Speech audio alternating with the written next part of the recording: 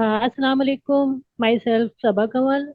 I'm a special educator, speech therapist, and sign language interpreter. Nowadays, I'm working at Special Children School, Pakistan Navy, as a special educator. As well as I am working at GMT Hearing Clinic, Karachi, as a speech therapist, and I am providing my services as a sign language interpreter uh, in different organizations. आज हमारे साथ जो है कि special guest हमारे साथ मौजूद है. He is very honourable for us, very senior qualified. Mr. Ayaz Ahmed Khan is founder and director of Auditory Verbal Pakistan. Uh, he is a speech and language therapist. He is a psychologist, and nowadays his auditory verbal therapy certification is in progress. Assalamu alaikum, Mr. Ayaz Ahmed Khan. How are you? Walaikum Assalam. I am good. Thank you. Thank you for inviting me on this special occasion. You are most welcome. और जैसा कि हम जानते हैं कि अभी recently हमने 3 मार्च को वर्ल्ड हेरिंग डे सेलिब्रेट किया है. अब इस वर्ल्ड हेरिंग डे सेलिब्रेट करने का जो हमारा एक मकसद है वो लोगों में जो है अवेयरनेस प्रोवाइड करना है कि डेफनेस और हेरिंग लॉस क्या है और इसकी प्रिवेंशन क्या क्या है. तो आज इसी सिलसिले में हमने मिस्टर अयाज अहमद खान को इनवाइट किया है कि वो अपने जो प्रीशियस नॉलेज है वो हमसे शेयर करें, ताकि लोगों को ये अवेयरनेस हासिल हो जाए कि हेयरिंग लॉस और इसके जो अकॉर्डिंगली जो प्रॉब्लम्स है उन पे कैसे ओवरकम किया जाए. तो मिस्टर अयाज अहमद खान, मेरा फर्स्ट क्वेश्चन ये है कि आप हमें प्लीज़ लोगों को ये बताएं कि हेयरिंग इम्पेयरमेंट है क्या. Thank you. Basically hearing impairment एक अगर हम आम जबान में बोलें तो उसमें यह है कि लोगों को ऊंचा सुनाई देना. बहुत से लोग होते हैं जिनको ऊंचा सुनाई देता है, वो उनको कम सुनाई देता है या फिर बिल्कुल सुनाई नहीं देता है. तो हम इसको बेसिकली हियरिंग इम्पेयरमेंट कहते हैं. और बहुत से लोगों का ख्याल होता है कि जो हियरिंग इम्पेयरमेंट है वो हमारे कानों का जो है ये मसला है. बेसिकली हमारे एयर्स का इशू नहीं होता, बल्कि जो हियरिंग इम्पेयरमेंट है ये हमारे ब्रेन से रिलेटेड है. जो हमारे एयर्स हैं ये एक डोर वे है जो कि ब्रेन तक हमारी जो है उसको पहुंचाते हैं. हमारा जो साउंड होता है, हमारी जो आवाज होती है उसको वहां तक पहुंचाती है. थैंक यू वेरी मच कि आपने हेयरिंग इम्पेयरमेंट को इतने अच्छे से डिफाइन किया है.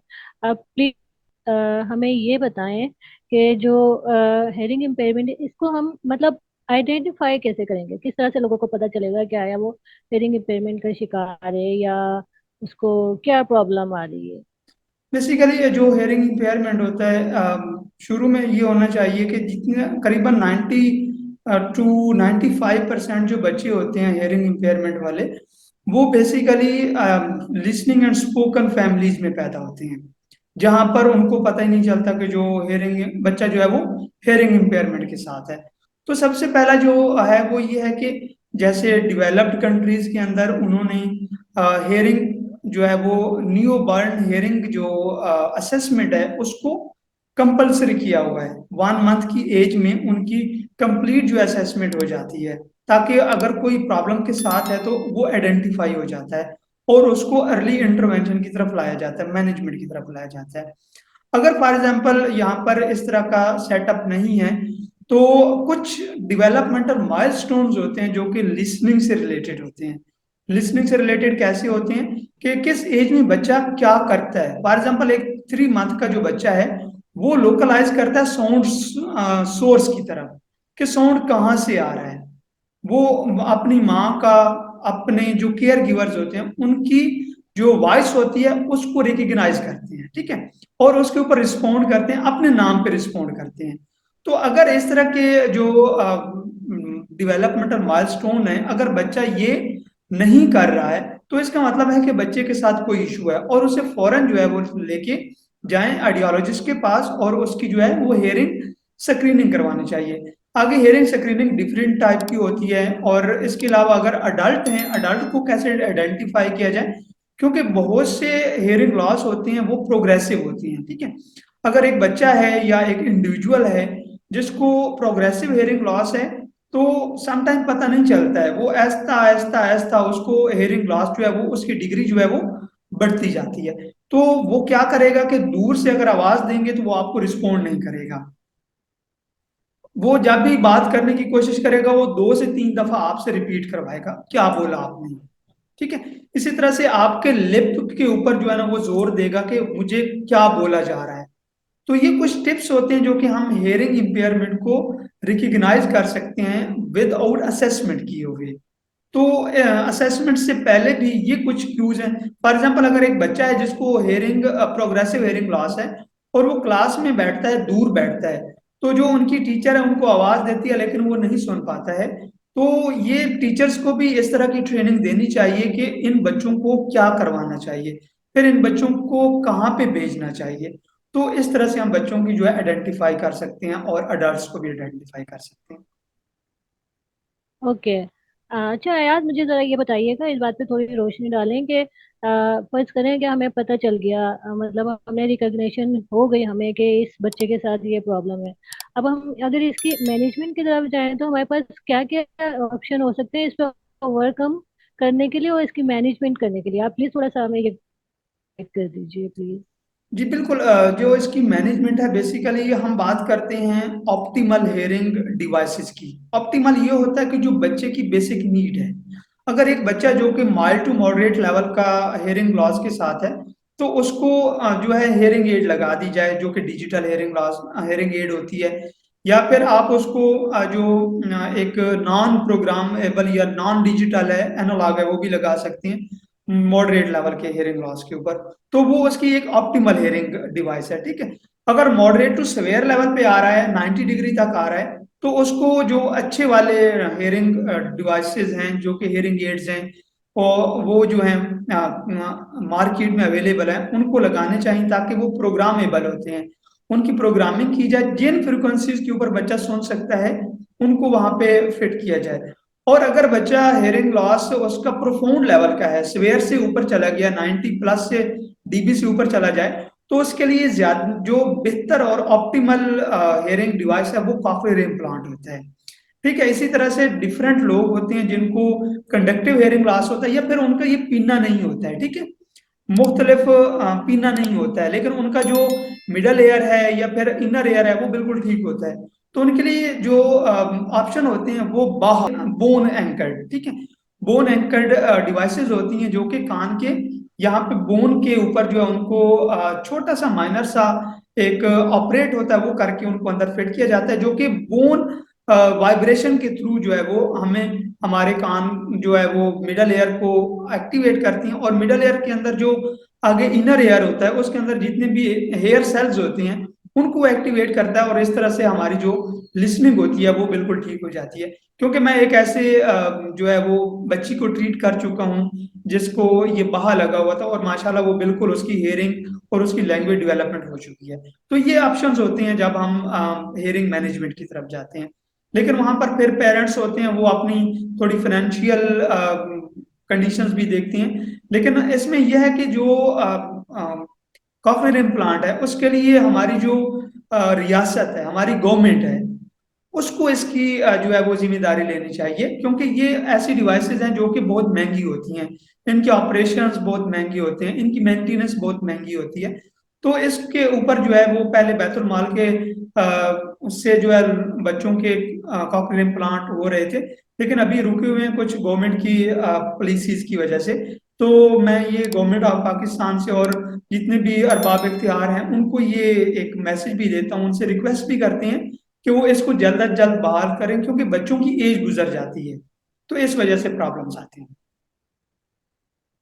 Thank you mister Ayaz Ahmed Khan for nice sharing, nice information.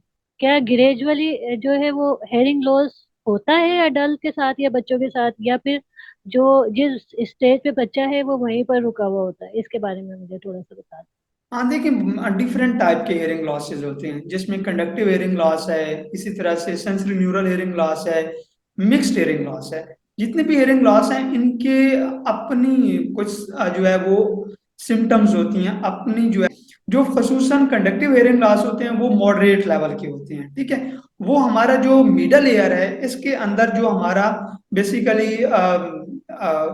Air drum होता है, उसके अंदर जो है हम एक तरह से कान, जैसे बच्चे लोग कहते हैं ना कि कान बहते हैं, तो उनका एयर ड्रम जो है, उनको ओटाइटिस मीडिया डिफरेंट टाइप की पैथोलॉजीज होती हैं जिसकी वजह से ये प्रॉब्लम आती है, ठीक है। तो इस तरह से इसी तरह से प्रोग्रेसिव हेयरिंग लॉस भी होते हैं जैसे हमने पहले बात की है। तो अगर हमने फॉर एग्जांपल एक बच्चा है जिसको अगर प्रोग्रेसिव हेयरिंग लॉस के साथ है, तो हमने वो उसका लॉस हमने 40 या 45 dB लॉस के ऊपर हमने उसकी हेयरिंग फिट की है, तो उसमें अगर लॉस तो प्रॉब्लम आता जाएगा, मतलब उसका बढ़ेगा, हेयरिंग लॉस प्रोग्रेसिव होगा, और जो उसको हेयरिंग एड लगी है वो ऐसा ऐसा ऑप्टिमल से हटती जाएगी क्योंकि प्रोग्रेसिव है। तो इसलिए इन बच्चों के 6 मंथ तक, 6 मंथ में कम से कम वन टाइम जो है वो हेयरिंग असेसमेंट होनी चाहिए, क्योंकि हमें तब पता चलेगा जब बच्चा जो है वो कभी आपकी आवाज सुनेगा कभी नहीं सुनेगा। लेकिन जो ऐसे हेयरिंग लॉस के साथ होते हैं जो प्रोग्रेसिव नहीं होते हैं, हम उनको जब एक दफा हेयरिंग एड फिट कर देते हैं तो फिर उनको कोई इशू नहीं होता है, तो वो फिर उनका बिल्कुल ही ऑप्टिमल हो जाता है और वो उस तरह से जो है वो मैनेजमेंट। आपने जैसे मैनेजमेंट की बात की, जब ये हेयरिंग एड लग जाते हैं, कॉक्लियर इम्प्लांट हो जाता है, फिर उसके बाद जो ऑडिटरी वर्बल थेरेपिस्ट होता है इसकी ऑडिटरी ट्रेनिंग बहुत जरूरी होती है, क्योंकि सम टाइम पेरेंट्स ये समझते हैं कि हमने हेयरिंग एड लगवा दिया है, कॉक्लियर इम्प्लांट हो गया है, तो अब बच्चा सुनना शुरू कर देगा। बिल्कुल नहीं होता है ऐसा, उसके लिए ऑडिटरी ट्रेनिंग बहुत जरूरी होती है। और उसके साथ हमारा जो ब्रेन है बेसिकली वो लिसनिंग के लिए तो वायर होता है, लेकिन रीडिंग के लिए वायर नहीं होता है। ये एक आज आपको एक नई चीज बता रहा हूं कि हमें रीडिंग बच्चे को सिखानी पड़ती है, लिसनिंग हमें सिखानी नहीं पड़ती है एक टिपिकल बच्चे को, लेकिन रीडिंग हमें सिखानी पड़ती है।